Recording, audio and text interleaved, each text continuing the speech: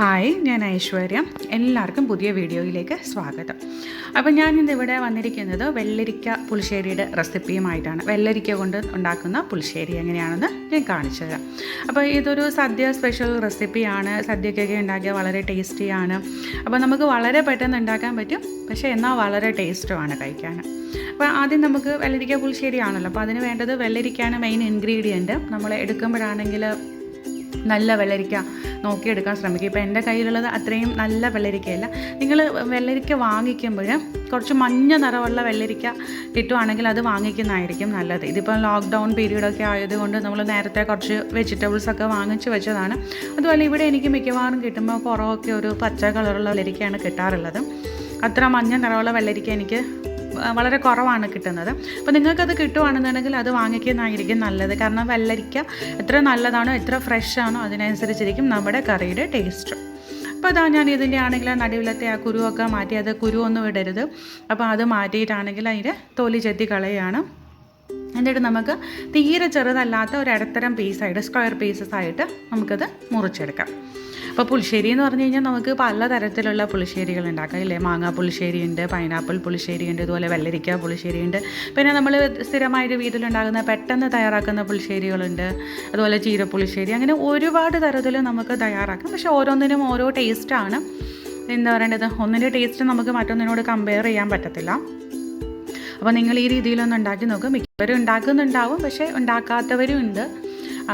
അവർക്ക് വേണ്ടിയിട്ടാണ് ഞാൻ ഈ റെസിപ്പി ഇടുന്നത്. അതുമല്ല, വിഷുവൊക്കെ വരുവാണ്. നമ്മൾ വിഷുവിൽ കാര്യമായിട്ടൊന്നും ഈ വർഷം ആഘോഷിക്കില്ല. കാരണം അറിയാമല്ലോ, എല്ലായിടത്തും കൊറോണയും കാര്യങ്ങളും ഒക്കെയാണ്. അപ്പോൾ നമ്മൾ ആ സ്ഥലത്തിൽ വിഷു ആഘോഷിക്കുന്ന ശരിയല്ല. എന്നാലും നമ്മൾ എത്ര എന്ന് പറഞ്ഞാലും ഒരു വിശേഷ അവസരങ്ങൾ നമുക്കിപ്പോൾ ആഘോഷിക്കാൻ പറ്റാത്ത സമയമാണെങ്കിൽ പോലും നമ്മൾ എന്താ ചെയ്യുക, ഓണത്തിനൊക്കെ ഒരു പരിപ്പും വെക്കും, നെയ്യും വെക്കും. അതുപോലെ തന്നെയാണ് നെയ്യ് വെക്കേണ്ട ആവശ്യമില്ല, വാങ്ങിച്ചാൽ മതി. പപ്പടവും കാച്ചും, ഇതാണ് ചെയ്യുന്നത്. അതേപോലെ നമുക്കൊരു പുളിശ്ശേരി വെക്കാം. അപ്പോൾ എല്ലാവരും ട്രൈ ചെയ്ത് നോക്കണം. ഞാനിതാ എൻ്റെ വെള്ളരിക്കയൊക്കെ ഇവിടെ റെഡിയാക്കി എടുക്കുകയാണ്.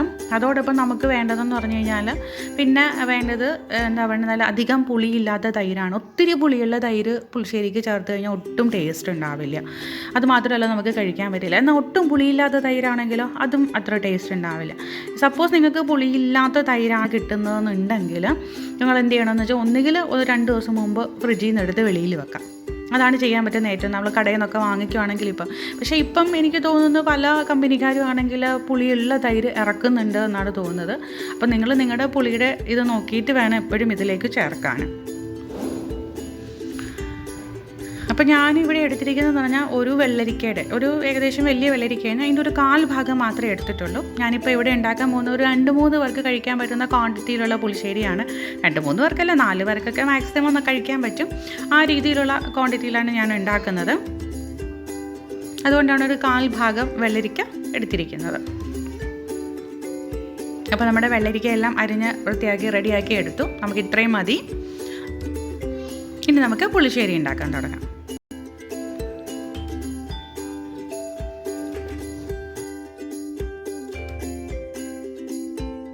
ഇനി നമുക്ക് ഇതേപോലെ ഒരു ചട്ടി അടുപ്പിലത്തൊക്കെ വെക്കാം. ഞാനിപ്പോൾ വീഡിയോ കുറച്ച് ഫാസ്റ്റ് ആക്കിയിരിക്കുകയാണ്, ഇങ്ങനെ സ്ലോ ആയിട്ട് കാണിക്കണ്ടല്ലോ എന്ന് വെച്ചിട്ട്. അപ്പോൾ നിങ്ങളുടെ കയ്യിൽ ഇതുപോലെ മൺചട്ടി ഉണ്ടെങ്കിൽ അതിൽ പുളിശ്ശേരി ഉണ്ടാക്കുന്നതായിരിക്കും ഏറ്റവും ടേസ്റ്റ്. മൺചട്ടി ഇല്ലാത്തൊരു വിഷമിക്കേണ്ട കാര്യമൊന്നുമില്ല, സാധാരണ പാനിൽ ഉണ്ടാക്കിയാലും മതി. അപ്പോൾ ഞാൻ ഇതിലേക്ക് നമ്മൾ അരിഞ്ഞിട്ടിരിക്കുന്ന നമ്മുടെ വെള്ളരിക്ക കഷ്ണങ്ങളെല്ലാം ഇട്ടു. അതിനാവശ്യത്തിനുള്ള വെള്ളം, ഒരു 1/4 ഗ്ലാസ് മുതൽ 1/2 ഗ്ലാസ് വെള്ളം ചേർത്ത് കൊടുത്തു. പിന്നെ ഒരു ടീസ്പൂൺ മുളക് പൊടി ചേർത്ത് കൊടുത്തു. നല്ല മുളക് പൊടിയാണ്. 1/4 ടീസ്പൂൺ മഞ്ഞൾപ്പൊടി ചേർത്ത് കൊടുത്തു. ഇനി ഇതിലേക്ക് ഒരല്പം കറിവേപ്പില ഇട്ട് കൊടുത്തു. ഇനി ഇടാൻ പോകുന്നത് 2 പച്ചമുളകാണ്. അപ്പം എരി നോക്കിയിട്ട് വേണം പച്ചമുളക് ഇടാൻ. നമ്മൾ ഓൾറെഡി ആണെങ്കിൽ മുളക് പൊടി ഇട്ടിട്ടുണ്ട്. അപ്പോൾ അതുകൊണ്ട് ഞാൻ എരിയില്ലാത്തതായതുകൊണ്ട് 2 പച്ചമുളക് ഇട്ടു. എരിയുള്ളതാണെങ്കിൽ 1 ഇട്ടാൽ മതി. എന്നിട്ട് നന്നായിട്ട് ഇളക്കി കൊടുക്കുക. ഇതിലേക്ക് ആവശ്യത്തിനുള്ള ഉപ്പും ചേർത്ത് കൊടുക്കുക. എന്നിട്ട് ഇത് നന്നായിട്ട് ഇളക്കുക. നിങ്ങൾക്ക് അടച്ചു വെച്ചും വേവിക്കാം, അടച്ചു വെക്കാതെയും വേവിക്കാം. അപ്പോൾ വെള്ളരിക്ക എന്ന് പറഞ്ഞാൽ വെന്ത് കഴിയുമ്പോഴുണ്ടല്ലോ അതിന് കളറൊക്കെ അങ്ങ് വരെ ട്രാൻസ്ലൂസൻറ്റ് കളറായിട്ട് മാറും. അപ്പോൾ വെന്ത് ഉടഞ്ഞു പോകുന്ന രീതിയിലാവരുത്. അങ്ങനെ ആയിക്കഴിഞ്ഞാൽ ടേസ്റ്റ് കിട്ടത്തില്ല. ഒരു എന്താ പറയുന്നത്, മീഡിയം ഫ്ലെയിമിൽ ലോ ഫ്ലെയിമിൽ വെച്ച് കുക്ക് ചെയ്താൽ മതി. വേവുന്ന സമയം കൊണ്ട് നമുക്ക് ഇതിലേക്ക് ചേർക്കാൻ ആവശ്യമായ അരപ്പ് ചേർക്കാം. ഞാനിപ്പം ഇത്രയും ആയതുകൊണ്ട് ഒരു 1/2 ലിറ്റർ തൈരിന് ആവശ്യം, 1/2 ലിറ്ററല്ല 1/4 ലിറ്റർ തൈര് ഞാൻ എടുക്കുന്നുള്ളൂ. അപ്പോൾ ഒരു പിടി തേങ്ങ, നമ്മുടെ കൈക്ക് ഒരു പിടി തേങ്ങയാണ് എടുത്തിരിക്കുന്നത്. അതേപോലെ ഒരു നുള്ളു ജീരകവും ചേർത്ത് നല്ല മഷി പോലെ അരച്ചെടുക്കുകയാണ് ചെയ്തിരിക്കുന്നത്. അപ്പോൾ ഞാനൊരു വെള്ളരിക്കയുടെ 1/4 ഭാഗം, കുറച്ച് മാത്രമേ വെള്ളരിക്ക എടുത്തിട്ടുള്ളൂ. അതേപോലെ അതിനാവശ്യമായ 1/4 ലിറ്റർ തൈരുമാണ് എടുത്തിരിക്കുന്നത്. ഞാൻ പറഞ്ഞില്ലേ, ഒരു 2-3 പേർക്ക്, മാക്സിമം 4 പേർക്ക് കഴിക്കാവുന്ന രീതിയിലുള്ള ക്വാണ്ടിറ്റി ആണല്ലോ. അപ്പം ഇത്രയും മാത്രമേ ഉള്ളൂ ഇൻഗ്രീഡിയൻറ്റ്. നമ്മുടെ അരപ്പിൽ വലിയ ഇൻഗ്രീഡിയൻ്റ് ഒന്നുമില്ല. അപ്പം നിങ്ങൾക്ക് വേണമെന്നുണ്ടെങ്കിൽ പച്ചമുളക് ഈ കറിയിലേക്ക് നേരിട്ട് ഇടാതെ വേണമെന്നുണ്ടെങ്കിൽ ഇതിൻ്റെ കൂടെ അരച്ചെടുക്കാം. പക്ഷേ കറിയിലേക്ക് ഇടുന്നതായിരിക്കും കാണാനൊരു ഭംഗി. അപ്പോൾ ഇത് നമുക്ക് അരച്ചെടുത്തിട്ട് അല്പം മാത്രം വെള്ളം ചേർത്ത് അരച്ചെടുത്തിട്ട് വരാം. ഒത്തിരി വെള്ളം ചേർക്കരുത്, അരയത്തില്ല, നല്ലപോലെ അരയണം. മഷി പോലെ നമ്മുടെ ഇത് അരച്ചെടുത്തുകൊണ്ട് വന്നിട്ടുണ്ട്. നിങ്ങൾക്ക് ഇതിൻ്റെ കൺസിസ്റ്റൻസി വീഡിയോയിൽ കാണാൻ പറ്റുന്നുണ്ടെന്നാണ് തോന്നുന്നത്. അപ്പോൾ ഇതാ ഇത്രയേ ഉള്ളൂ, നമ്മുടെ അരപ്പും റെഡിയായി കഴിഞ്ഞു.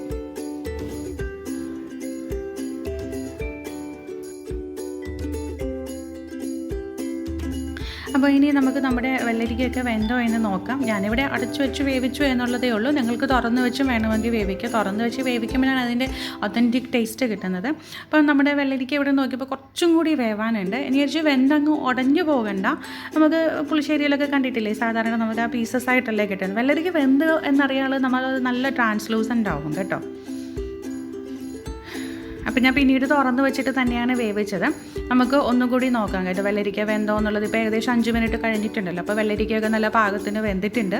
ഇനി നമുക്ക് ഇതിലേക്ക് അരച്ച് വെച്ചിരിക്കുന്ന അരപ്പ് ചേർത്ത് കൊടുക്കാം. ഈ അരപ്പ് ചേർത്ത് ഒരു 5 മിനിറ്റ് അടുപ്പിൽ വെച്ചിട്ട് ലോ ഫ്ലെയിമിൽ ഒന്ന് തിളപ്പിക്കണം.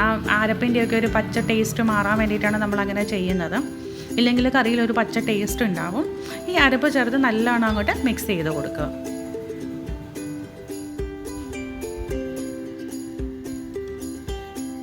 ശരിക്കും പറഞ്ഞാൽ നല്ല കറക്റ്റ് പുളിയും പാകത്തിനുള്ള ഉപ്പൊക്കെ ചേർന്നിട്ടുള്ള പുളിശ്ശേരി ആണെന്നുണ്ടെങ്കിൽ നമുക്ക് ചോറുണ്ണാൻ പിന്നെ വേറെ ഒന്നും വേണ്ട, അത്ര ടേസ്റ്റാണ്.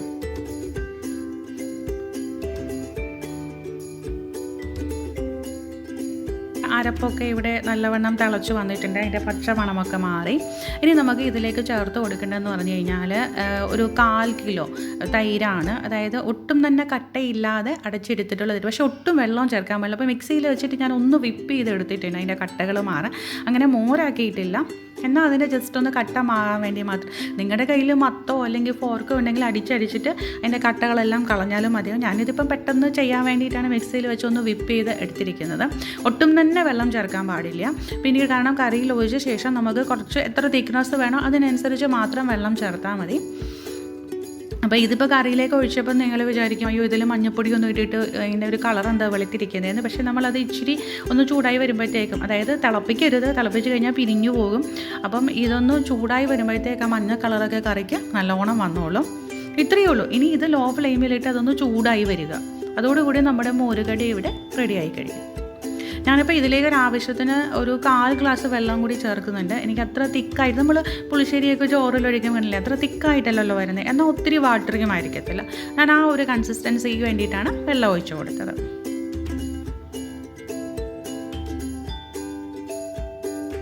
താളിച്ചൊഴിക്കാം.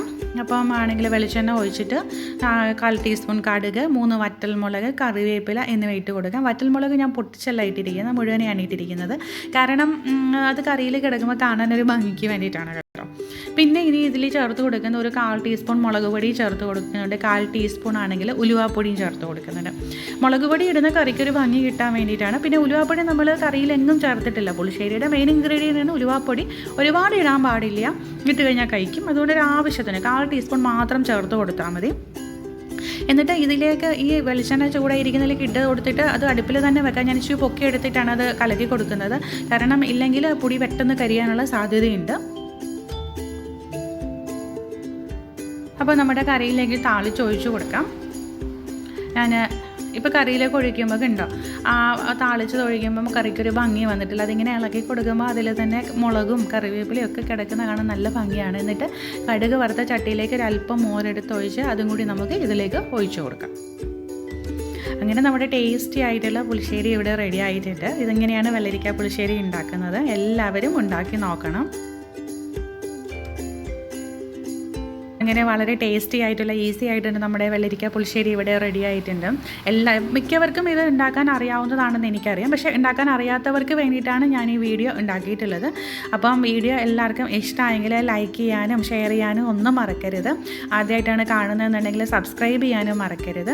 അപ്പോൾ നമുക്ക് മറ്റൊരു വീഡിയോയിൽ കാണാം. Thank you for watching.